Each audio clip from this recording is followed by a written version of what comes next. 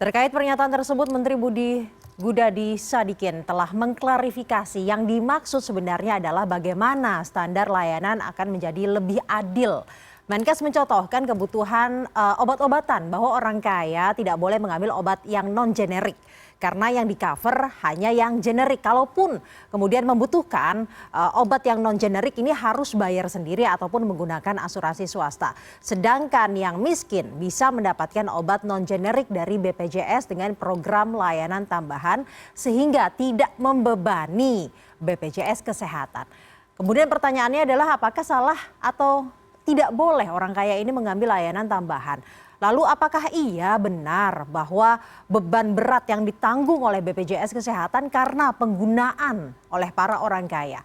Benarkah demikian? Akan kita diskusikan bersama dengan Dewan Jaminan Sosial Nasional Dr. Tono Rusti dan juga Koordinator Advokasi BPJS Watch Timbul Siregar. Selamat malam Dr. Tono dan juga Mas Timbul. Selamat malam Mbak, selamat malam Mas Tono. Selamat malam Mas Timbul. Bang. Mas Timbul, dari catatan BPJS Watch, apakah banyak orang yang dikatakan kaya, yang dikatakan oleh Menkes kita ini memang benar membebani BPJS Kesehatan? Iya, jadi saya harus memulai dengan Undang-Undang Dasar 45 Pasal 28H mengatakan seluruh rakyat berhak atas jaminan sosial. Jaminan sosial. Pasal 34 negara wajib menyediakan fasilitas kesehatan yang layak. Artinya di sana di Undang-Undang Dasar 45 Pasal 28H Pasal 34 seluruh rakyat tidak dipisahkan yang kaya, yang miskin, setengah kaya, setengah miskin. Nah, diturunkan dalam Undang-Undang SJSN Undang-Undang 40 tahun 2004 dan Undang-Undang 24 tahun 2011 tentang BPJS ada 9 prinsip. 9 prinsip salah satunya gotong royong dan kepesertaan wajib. Nah, dari seluruh regulasi tersebut memang tentunya tidak ada pemisahan bahwa rakyat miskin boleh ikut JKN, rakyat kaya ikut saja tidak boleh memanfaatkan. Tidak. Mengacu pada pasal 16 Undang-Undang SJSN disebut peserta adalah orang yang mendaftar dan membayar iuran dan peserta berhak atas manfaat.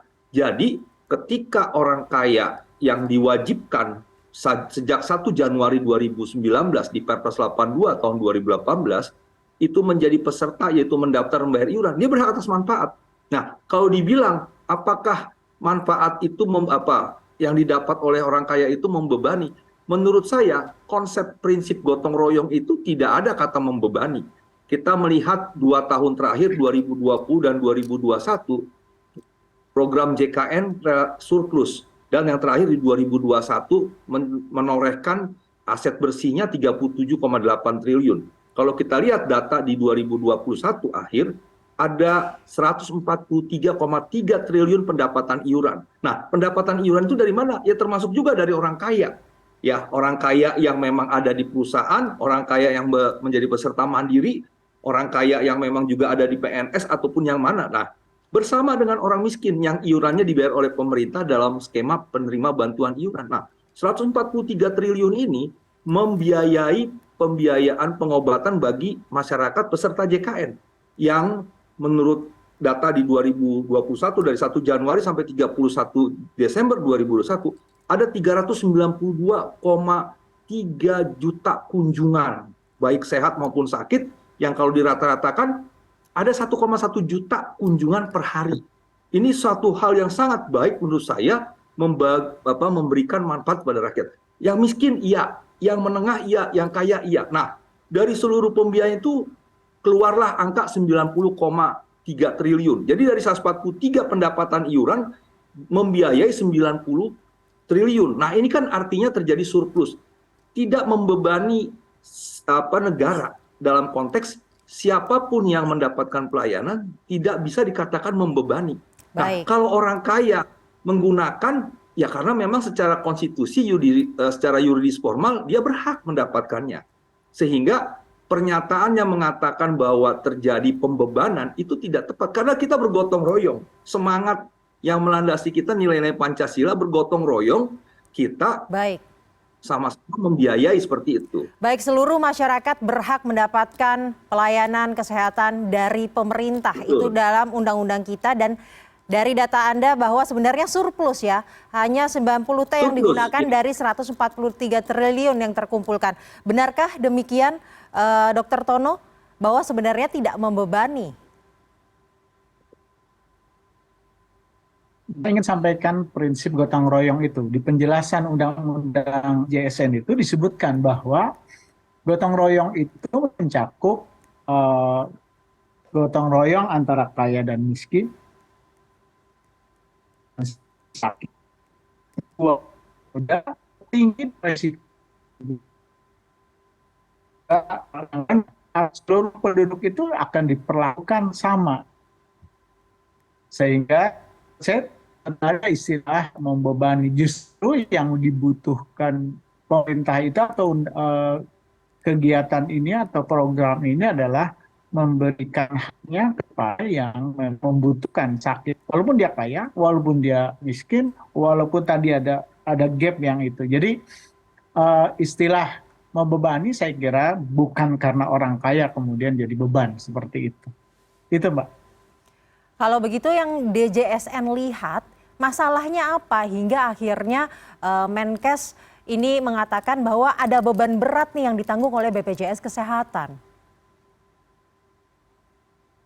Saya kira beban yang harus diemban oleh BPJS Kesehatan adalah yang pertama meningkatkan kualitas layanan. Saya kira Pak Bang Timbul ini yang mengamati dari dulu bagaimana rakyat itu bisa menerima layanan sebaik mungkin. Saya kira itu yang perlu disorot. Misalnya dia mulai dari FKTP, dari tingkat pertama, puskesmas, klinik, dokter, lalu kemudian dia masuk ke rumah sakit.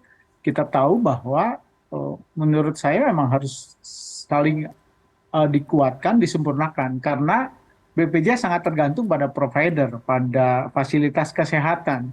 Sehingga itu yang perlu ditingkatkan. Agar masyarakat itu siapapun kaya atau miskin, menerima layanan sebaik mungkin yang diberikan oleh provider tentu yang harus dimonitor oleh BPJS Kesehatan. Dan tadi disampaikan oleh Bang Timbul, realnya memang sekarang sudah BPJS sudah punya dana yang bisa dimanfaatkan sebaik mungkin. Dan yang kedua yang paling penting menurut saya adalah bagaimana BPJS Kesehatan juga menjaga sustainabilitas agar tidak terjadi peristiwa misalnya tiba-tiba nggak bisa bayar lagi klaimnya dan sebagainya. Dan dalam 2 tahun ini sudah menunjukkan angka yang bagus. Saya kira itu Mbak. Jadi ada masalah di sustainability. Seperti itu ya, Dr. Tono. Dan juga Menkes ini sebelum mengklarifikasi sempat menyatakan bahwa jangan sampai kemudian tidak bisa mengcover klaim-klaim dari para pasien BPJS karena pelayanannya terlalu luas. Jadi tidak bisa mengcover setinggi-tingginya karena tidak adil, negara juga tidak akan kuat. Ini masalah keuangan, Dr. Tono. Komentarnya, dokter? Jadi gini, prinsip asuransi itu adalah menghitung resiko-resiko, kemudian diformulasikan dalam iuran yang harus dibayarkan. Iuran pun berdasarkan masing-masing kelompok peserta. Yang tidak mampu itu sudah pasti dijamin oleh pemerintah, dibayarkan oleh pemerintah. Lalu yang tadi punya penghasilan, dipotong dari penghasilannya, ada share dari pemberi kerja dan yang kerja sendiri. Jadi, dan itu memang terus dihitung ke depan seperti apa supaya tetap seimbang gitu, seimbang dan sustain. Dan kalau boleh kita akui memang pada tahap awal ketika terjadi defisit misalnya mismatch itu memang layanan yang kita berikan itu tidak sesuai dengan hitungan yang dihitung dalam menghitung premi. Dan itu disadari bersama. Tapi kemudian sudah makin memahami kita sama-sama lalu memperbaiki aturan itu. Sehingga memang itu akan tetap dijaga bahwa karena program ini adalah program yang terus-menerus. ketika bangsa ini masih ada, maka jaminan itu harus tetap ada. Baik, Saya Dokter kira Tono. itu, Mbak. Baik, Dokter Tono, apakah ini artinya sebagai mitigasi resiko seperti itu agar kondisi defisit BPJS tidak kembali terjadi? Betul. Jadi dan itu semua yang terjadi misalnya sebelum 2018 itu memang dihitung kenapa ini terjadi. Dulu memang ada masalah begini, misalnya PBPU yang ya PBPU itu peserta bukan penerima upah. Dia hanya mendaftar ketika besok atau ketika sakit. Lalu kemudian sesudah beres, sesudah dia keluar dari rumah sakit, kemudian tidak bayar lagi. Dan itulah yang sebenarnya membebani karena siapapun peserta harus terus-menerus membayar iurannya, baik kaya maupun miskin. Jadi kejadian awal itu tiba-tiba orang sakit, kemudian dirawat, lalu kemudian membuat kartu BPJS, sesudah itu dia tidak bayar lagi. Itu yang sebenarnya membebani karena sebenarnya iuran itu terus-menerus dan layanannya pun harus terima secara terus-menerus nanti. Baik, Dokter. Mas Timbul, apakah itu yang dimaksud beban yang menurut BPJS Watch, apakah artinya beban itu adalah peserta yang hanya membayar jika membutuhkan, kemudian nggak bayar lagi kalau sudah tidak butuh? Ya, jadi memang karena prinsip kepesertaan wajib gotong royong, kalau mengacu pada teori hukum bilangan besar ya, semakin banyak peserta, semakin banyak pendapatan iuran dan akan lebih mudah membiayai pelayanan kesehatan. Nah, sekarang ini per Oktober 2022 ada sekitar 238 juta rakyat Indonesia yang sudah mendaftar dan membayar iuran, walaupun ada juga yang menunggak. Nah, ada 12% dari seluruh rakyat Indonesia yang sama sekali belum pernah mendaftar. Dan ini ya kalau yang saya lihat, ini bagian dari orang kaya yang memang nggak mau daftar. Karena orang kaya selama ini menggunakan fasilitas kesehatan asuransi swasta. Dia nggak mau, walaupun disebut wajib, tapi dia nggak mau. Nah, seharusnya Pak Menkes lah yang harus mengajak, hei orang kaya, yuk gotong royong di JKN. Yuk orang kaya datang daftar dan bayar iuran di JKN. Jadi kalau Anda nanti menggunakan jadi bukan justru... Ya bukan malah mendiskreditkan, malah ajak gitu. Karena selama ini banyak memang orang-orang kaya yang mungkin nggak nyaman dengan BPJS. Nah, dia pakai asuransi kesehatan swasta. Nah, tetapi kan prinsip gotong royong dan kepesertaan wajib itu malah harusnya pemerintah sekarang ini sudah melakukan menggunakan penggunaan sanksi tidak dapat layanan publik bagi masyarakat yang tidak ikut JKN. Itu ada di PP 86 tahun 2013. Nah, saya berharap Menkes mengajak, kalau juga nggak mau, Menkes harus bilang, kita kasih sanksi kepada masyarakat kaya yang tidak mau ikut join ke BPJS Kesehatan, program JKN. Karena apa? Mereka sebagai warga negara Indonesia harus bergotong royong. Jadi tidak mendiskreditkan, ajak mereka bergotong royong secara persuasif dan sebagainya. Nah, tentunya memang dalam dari 238 juta peserta yang masyarakat Indonesia yang sudah mendaftar ini, ada yang tidak memiliki kemampuan ya, ability to pay-nya nggak ada sehingga dia menunggak. Ada juga masyarakat kita yang willingness to pay-nya nggak ada gitu. Jadi males saya bayar. Nah, tapi kemampuannya ada, ability-nya ada, tapi willingness-nya nggak ada. Nah, yang seperti ini juga harus kita ajak bergotong royong. Nah, dengan adanya kemampuan yang semakin besar karena banyak peserta yang membayar iuran, maka sustainability daripada program JKN akan semakin besar. Dan ini akan menjamin bahwa mungkin saja kita tidak lagi membatasi, meningkatkan pelayanan JKN. Sekarang Menkes waktu dengar RDP dengan DPR Komisi 9 itu mengatakan mendorong terjadi pelaksanaan screening 14 jenis penyakit yang memang ini bagian dari persoalan preventif promotif yang harus kita dorong gitu. Dan kemudian kita harus mendorong juga bagaimana pelayanan-pelayanan kesehatan lainnya yang berbasis teknologi sehingga bisa meningkatkan pelayanan. Jadi tidak lagi ada masyarakat yang jam 4 pagi sudah di rumah sakit yang mengantri dokumennya gitu loh. Setelah itu dapat nomor, setelah itu datang lagi. Tinggal sekarang bagaimana mendaftar jam 10, jam setengah 10 udah sampai di sana, jam 10 dilayani pulang. Dan baik, ini merupakan bagian yang harus didorong gitu. Baik, jadi, Mas Timbul, berarti sebenarnya keuangannya ini ya. Baik, sebenarnya berarti mitigasi resiko untuk mencegah kondisi defisit yang tadi sempat disinggung oleh Dr. Tono adalah seharusnya 12% orang yang belum daftar, yang tadi dinyatakan oleh Mas Timbul ini diduga adalah orang-orang kaya, diberikan sanksi, harus ikut mendaftar. Seperti itu sebenarnya yang harus dilakukan. Iya, karena mereka adalah warga negara Indonesia yang wajib ikut gotong royong, pesertaan wajib.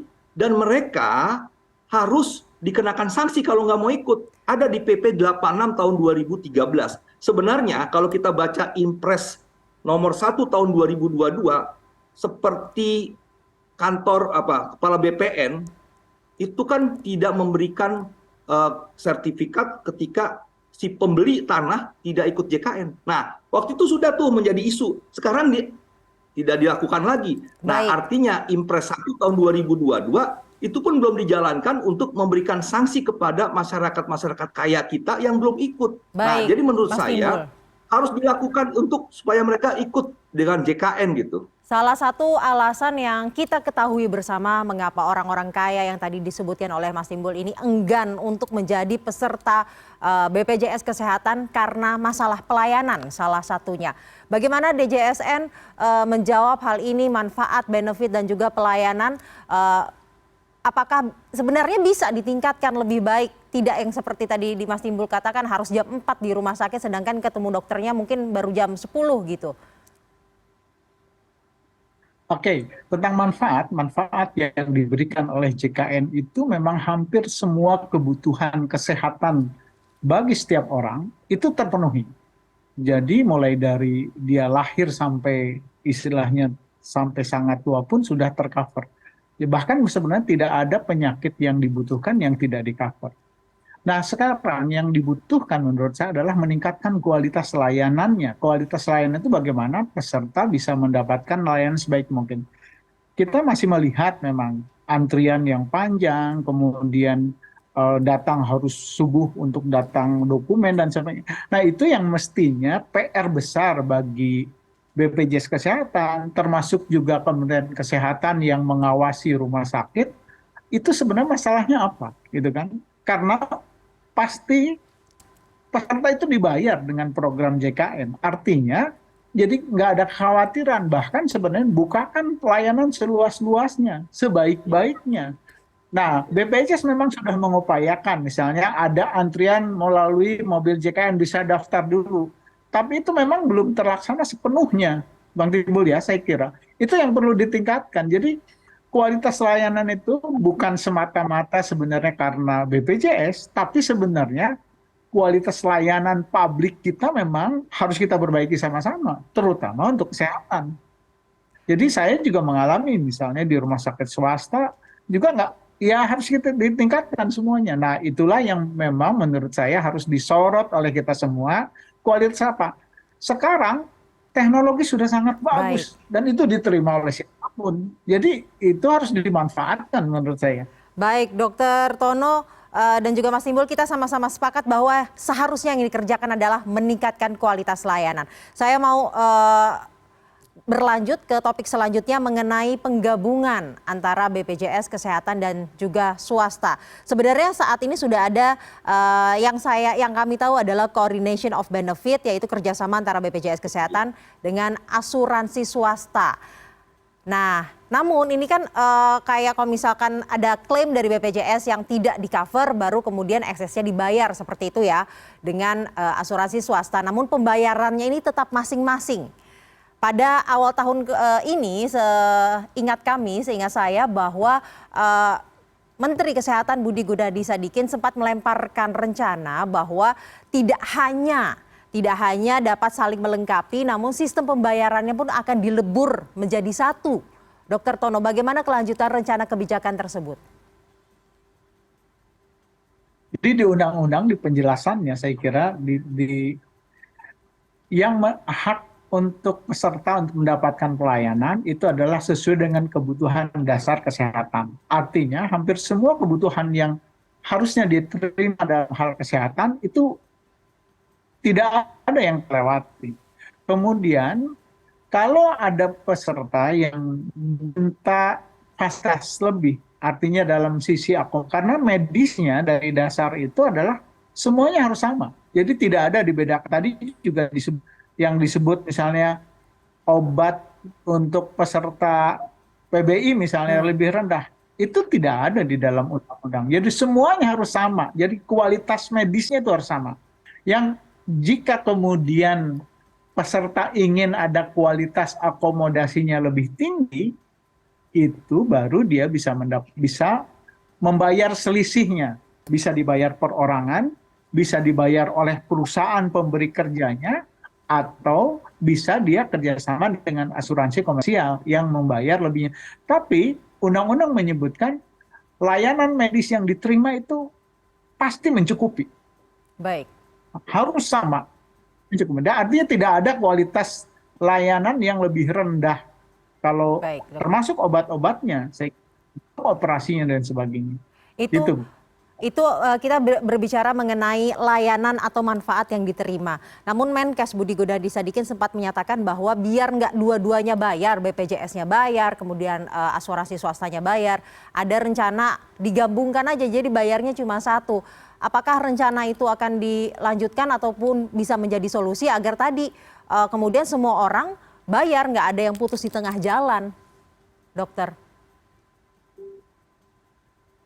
Jadi istilah yang disebutkan dalam undang-undang itu adalah COB tadi. Jadi tergantung kesepakatan antara BPJS dengan asuransi komersial tadi. Intinya yang dibayar oleh BPJS Kesehatan adalah layanan yang seharusnya diterima. Lalu kemudian ada tambahan itulah yang dibayarkan oleh asuransi komersial. Nanti siapa yang pertama duluan bayar itu tinggal kesepakatan sebenarnya. Baik, Mas Timbul, apakah sebenarnya pembayaran oleh pasien atau peserta asuransi peserta BPJS yang katanya Menteri Budi Gunadi Sadikin ini rencananya mau disatukan saja, jadinya kalau yang punya dua ya sekali bayar aja gitu, itu apakah bisa menjadi solusi, Mas Timbul? Ya, jadi secara yuridis dulu tentang koordinasi manfaat tadi disebutkan oleh Dr. Tono dalam Undang-Undang 40 diturunkan di Perpres 82 tahun 2018 pasal 51. Jadi ada koordinasi manfaat dengan asuransi kesehatan swasta bila si peserta mau mendapatkan pelayanan lebih. Jadi tentunya pelayanan lebih ini ditekankan pada pelayanan non medis. Kalau medis sama. Jadi dengan adanya JKN ini dengan gotong royong dengan kewajiban seluruh rakyat itu antara jenderal bintang 4 pun kalau dia pakai JKN dengan pemulung pakai JKN pelayanan medisnya sama. Yang berbeda non medisnya. Nah, sekarang dari Perpres 82 pasal 51 diturunkan di Permenkes 51 tahun 2018. Ada dua, urun biaya dan selisih biaya. Nah, selisih biaya ini begini, saya punya hak kelas 2. Kalau saya mau naikkan ke kelas 1, boleh satu tingkat. Nah, sebelum Permenkes 51, itu boleh 2 tingkat, 3 tingkat. Nah, tapi di stop oleh Permenkes 51 hanya 1 tingkat. Jadi saya berhak kelas 2. Saya mau naik ke kelas 1, boleh. Bagaimana cara bayarnya? Selisih kelas 1 ke kelas 2 itu dibayar oleh pribadi saya atau asuransi kesehatan swasta. Nah, kelas 2-nya dibayar oleh BPJS Kesehatan. Nah, jadi kalau menurut Undang-Undang SJSN Perpres 82 Permenkes 51 sudah sangat jelas. Koordinasi manfaat itu adalah bagi peserta yang mau naik lebih tinggi tingkatannya untuk pelayanan non medis, dia bisa dengan tadi membayar siapa? Ya asuransi atau pribadi saya. BPJS hanya membayar sesuai dengan kelasnya. Kelas 2 ya kelas 2. Jadi tidak perlu digabung sehingga itu akan ruwet gitu loh. Nah, jadi sekarang ini tinggal diperkuat saja, misalnya usulan saya Permenkes 51 tentang selisih biaya ditingkatkan. Jadi dibuat tidak hanya 1 tingkat, bisa 2 tingkat, 3 tingkat terserah. Yang penting BPJS Kesehatan membayar sesuai dengan haknya. Kalau ada orang kaya misalnya mau menggunakan kelas 3, itu hak dia juga nggak masalah. Pakai kelas 3, terus dia mau PIP, boleh. PIP dikurangin kelas 1, kelas 1 dikurangi kelas 2, kelas 2 dikurangi kelas 3, selisihnya semua dibayar oleh dia. Boleh. Nah, itulah nanti yang bisa menghidupkan juga asuransi kesehatan swasta. Jadi faktanya memang BPJS Kesehatan sudah eksis, asuransi kesehatan swasta harus eksis juga. Jadi bukan saling meniadakan, tapi saling melengkapi. Nah, jadi sebenarnya menurut saya statementnya Pak Menteri ini harusnya secara produktif bagaimana merevisi beberapa regulasi yang selama ini menghambat kehadiran asuransi kesehatan swasta.